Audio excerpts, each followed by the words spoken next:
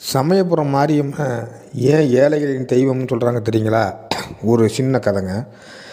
திருச்சிக்கும் பக்கத்தில் ஒரு கிராமம். அந்த கிராமத்தில் கணவன் மனைவி 2 பேர் வசித்து வர்றாங்க. அவங்க விவசாய குடும்பத்தை சார்ந்தவங்க. அவங்களுக்கு ஒரு பெண் குழந்தை இருக்குங்க. அந்த பெண் குழந்தைக்கு ஒரு நாள் சரியான காய்ச்சல் வந்துடுது. உடம்பெல்லாம் அரிக்க ஆரம்பிச்சிருது.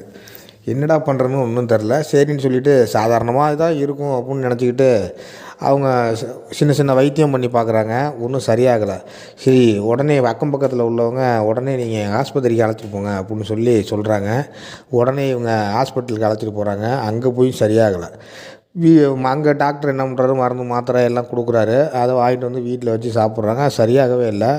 ஒன்றும் ரொம்ப காய்ச்சல் வந்துடுது, ரொம்ப அரிப்பு வந்துடுது, ஒன்றுமே பண்ண முடியல. அப்போ உடனே பக்கத்தில் இருக்க ஒரு பாட்டி வந்து சொல்கிறாங்க, நீ சமயபுரம் மாரியம்மனுக்கு வேண்டிக்கம்மா, உனக்கு எல்லாம் நல்லதாகவே நடக்கும் அப்படின்னு சொல்கிறாங்க. உடனே என்ன பண்ணுறாங்க, அவங்களும் அந்த சமயபுரம் மாரியம்மனுக்கு நல்லா வேண்டுதல் வைக்கிறாங்க. வேண்டுதல் வச்ச உடனே அன்றைக்கி நைட்டெல்லாம் படுத்து உறங்கி தூங்கிக்கிட்டு இருக்காங்க. தூங்கிக்கிட்டு இருக்கும்போது அம்மன் கனவுல வராங்க.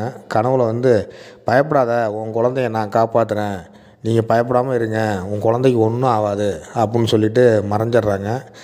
சரி, மறுநாள் கனவு தானே கண்டாங்க, சரின்னு சொல்லிட்டு மறுநாள் எழுந்திரிச்சு பார்த்தா குழந்த வந்து நார்மலாக இருக்குது. ஒன்றுமே புரியலை இவங்களுக்கு. சரி, அம்மன் தான் நம்ம குழந்தைய காப்பாற்றிருக்காங்க அப்படின்னு சொல்லிட்டு அப்புறம் அம்மன் கோயிலுக்கு போய் அம்மனை தரிசனம் பண்ணி வீடு திரும்புகிறாங்க. இது மூலம் என்ன தெரியுதுன்னு பார்த்தீங்கன்னா, சமயபுரத்து மாரியம்மன் வந்து பார்த்திங்கன்னா ஏழைகளின் தெய்வம் அப்படிங்கிறது இதுலேருந்து ஊர்ஜிதமாகுது.